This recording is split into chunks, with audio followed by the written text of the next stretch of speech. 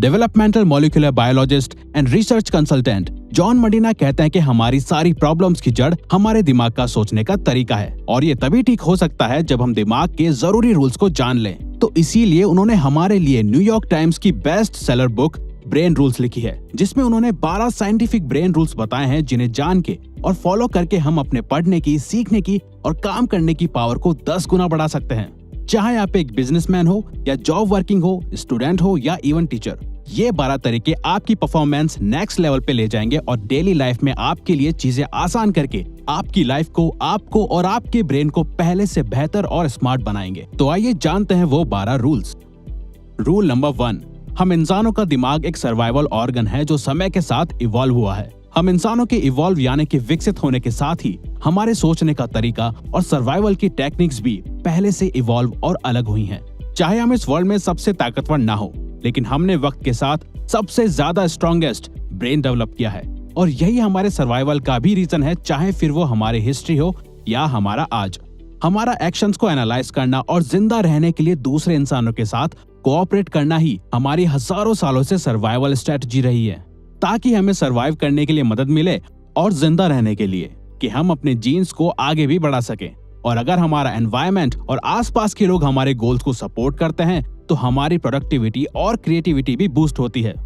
लेकिन अगर हमारे यही रिलेशंस, कनेक्शंस और अंडरस्टैंडिंग दूसरे लोगों के साथ सही ना हो तो वो ग्रुप और एनवायरनमेंट हमारे ब्रेन और हमारी लाइफ दोनों को बेकार बना देता है और यही चीज हमारी वक्त से पहले डेथ का भी रीजन बन सकती है।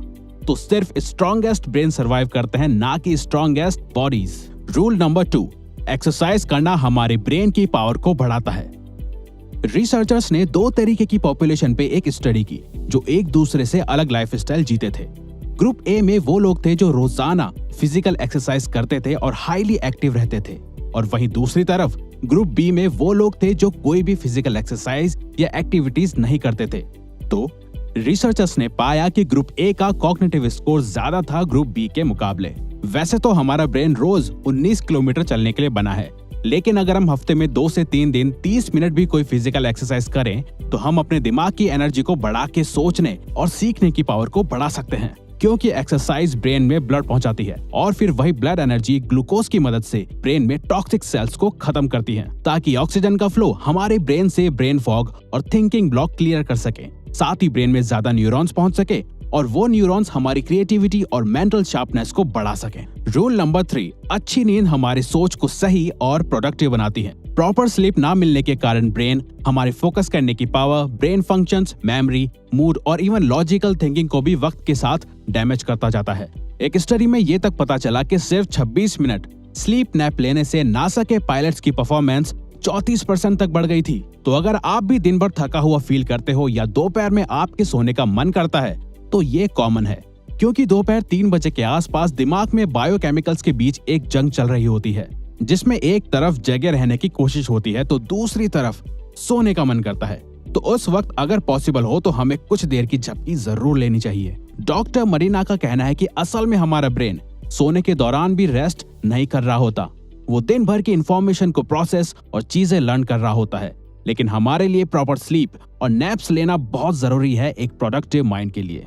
रूल नंबर 4, हमेशा चिंता करना हमारी लर्निंग एबिलिटी और दिमाग दोनों को डैमेज करता है। हमारा ब्रेन लगभग सिर्फ 30 सेकंड्स तक चलने वाले स्ट्रेस से निपटने के लिए ही बना है, ज्यादा लंबे समय तक रहने वाले स्ट्रेस के लिए नहीं, क्योंकि ज्यादा स्ट्रेस लेना हमारे ब्रेन की ब्लड वेसल्स को खराब कर देता है और इसके कारण हमें हार्ट अटैक भी आ सकता है। अगर आपको घर में, क्लास में या जॉब में आपको रोजाना काफी ज्यादा स्ट्रेस एक्सपीरियंस करना पड़ता है तो यही स्ट्रेस आपके लाइफ में सक्सेसफुल होने के चांसेस को भी इफेक्ट करता है।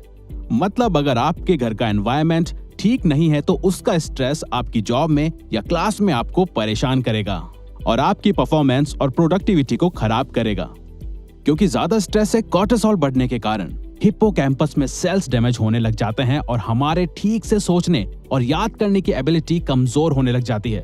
तो अगर आपके रिलेशंस ठीक नहीं है और इस बात का आपको स्ट्रेस होता है तो उन्हें ठीक करो और अपने घर का स्ट्रेस अपने ऑफिस या क्लास में लेके मत जाओ। जिन चीजों और लोगों को कंट्रोल नहीं कर सकते उनका स्ट्रेस आपको नहीं लेना चाहिए। रूल नंबर 5, हर दिमाग डिफरेंटली वायर्ड होता है। हमें स्कूल में बताया गया था कि हम इंसानों का ब्रेन एक जैसा होता है, लेकिन ये इन्फॉर्मेशन गलत है। काफी रिसर्च के बाद साइंटिस्ट ने बताया कि हर इंसान की ब्रेन की वायरिंग अलग होती है। हम अपने ब्रेन को डेवलप तो कर सकते हैं, लेकिन हमारा ब्रेन किसी और की तरह बिल्कुल सेम नहीं हो सकता, यहाँ तक कि 2 जुड़वा बच्चों का भी नहीं।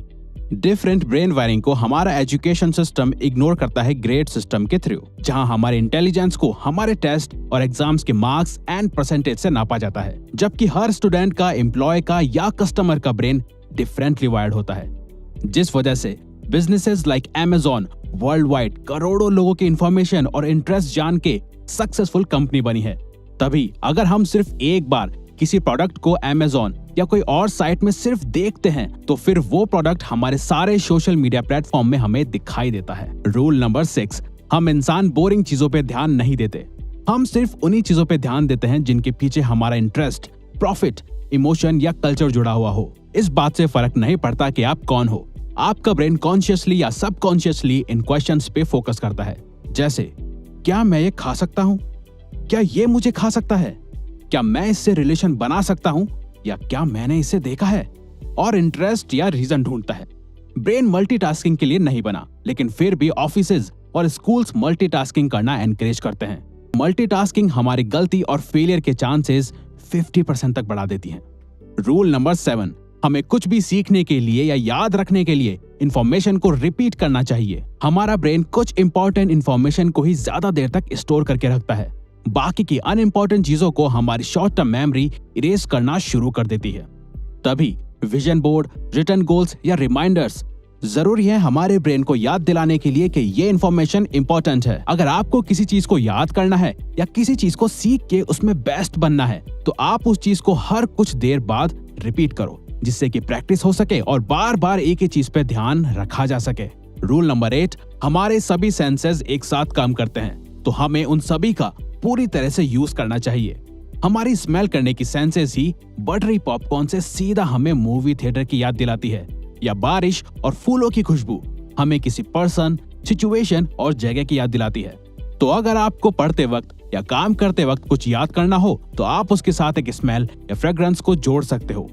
अब चाहे ये आपका परफ्यूम हो या रूम कैंडल, आपको जब भी वो स्मेल आएगी, आपको पास्ट में हुई इंफॉर्मेशन याद आएगी, और इसके चांसेस 10 से 50% भी हो सकते हैं। रूल नंबर 9, हमारी देखने की सेंस हमारी सभी सेंसेस से ज्यादा होती है। हम विजुअली देखी गई इंफॉर्मेशन को ज्यादा याद रखते हैं कंपेयर टू सुनी गई या पढ़ी हुई। आपको बायोग्राफीज पढ़ के शायद याद नहीं होगा कि कौन से पेज नंबर पे एग्जैक्टली क्या बात या सिचुएशन लिखी थी, लेकिन अगर उसी बायोग्राफी पे कोई फिल्म बनी होगी तो उस मूवी के सीन्स आपको अच्छे से याद होंगे, क्योंकि हमने अपनी हिस्ट्री में जानवरों, खाना, खतरा, सिचुएशन और इंसानों को देखने के बाद ही जाना है कि हमारे लिए क्या सही है और क्या नहीं, और फिर उसी विजुअल पावर को हमने आर्ट या लिटरेचर में कन्वर्ट किया ताकि हम चीजों को विजुअल याद रख सकें। रूल नंबर 10, म्यूजिक सुनना या कंपोज करना हमें स्मार्ट बना सकता है। डॉक्टर मरीना की वाइफ भी एक क्लासिकल म्यूजिक कंपोजर रह चुकी हैं, और उन जैसे ही काफी म्यूजिशियंस को ऑब्जर्व और स्टडी करके ही ऑथर ने जाना कि हमारा म्यूजिक टेस्ट हमारी पर्सनैलिटी को शो करता है, और म्यूजिक हमारी मेमोरी और स्किल्स को शार्प भी कर सकता है। म्यूजिक कंपोज करना हमारी रीडिंग एबिलिटी, मैथ्स और इमोशनल इंटेलिजेंस को बढ़ा सकता है, और म्यूजिक सुनना हमारे मूड को चेंज और वोकैबुलरी इंप्रूव कर सकता है। ये एज टू एज और इंटरेस्ट में डिपेंड करता है। रूल नंबर 11, मेल और फीमेल का दिमाग एक दूसरे से डिफरेंट होता है। एक बार रिसर्चर लैरी केहिल ने मेल्स और फीमेल्स को एक हॉरर मूवी दिखाई और पाया कि उस दौरान मेल्स के ब्रेन का सिर्फ राइट हेमिस्फीयर काम कर रहा है और लेफ्ट हिस्सा शांत था, वही फीमेल्स का लेफ्ट हेमिस्फीयर काम कर रहा था और राइट हिस्सा शांत था, जिससे उन्हें पता चला कि मेल्स और फीमेल्स का स्ट्रेस हैंडल करने का, सोचने का और काम करने का तरीका एक दूसरे से काफी अलग होता है।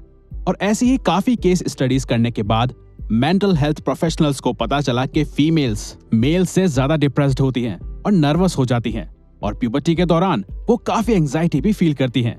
वहीं लड़के प्यूबर्टी के दौरान एंटी सोशल हो जाते हैं। मेल्स और फीमेल्स का इमोशंस को हैंडल करने का तरीका भी एक दूसरे से काफी अलग होता है। रूल नंबर 12, हम इंसान एक पावरफुल और नेचुरल एक्सप्लोरर्स हैं। हमेशा कुछ नया एक्सप्लोर करने का डिजायर हमें कभी भी अकेला नहीं छोड़ता, लेकिन हम ज्यादातर अपनी क्लासेस या ऑफिस के क्यूबिकल में ही फंसे रहते हैं, जबकि हम ह्यूमंस नई चीजें एक्सप्लोर करने के लिए और सीखने के लिए बने हैं। हम बचपन में कितने क्यूरियस होते हैं, हर एक चीज को तोड़ के या खोल के हमें उसके बारे में जानना होता था, लेकिन यही चीज उम्र बढ़ने के साथ कम हो जाती है। गूगल अपने एम्प्लॉयज को हमेशा एटलीस्ट 20% टाइम देता है एक्सप्लोर करने के लिए, और यही एक्सप्लोरेशन ने जीमेल और गूगल न्यूज आइडियाज को इन्वेंट करा। तो हमें भी बच्चों की तरह ही कुछ डिफरेंट एक्सप्लोर या ट्राई करते रहना चाहिए ग्रेट आइडिया और ब्रेन ग्रोथ के लिए। तो ये वीडियो यहीं खत्म होती है। अगर आप चाहते हो कि हम किसी पर्टिकुलर टॉपिक पे या प्रॉब्लम पे वीडियो बनाएं तो प्लीज कमेंट बॉक्स में बताओ। हम उस पे वीडियो बनाने की कोशिश करेंगे, क्योंकि हम यहाँ आपकी हेल्प करना चाहते हैं। और हाँ, सब्सक्राइब करके और बेल आइकन को ऑन करके इस चैनल को ग्रो करने में सपोर्ट करो। Thank you for watching.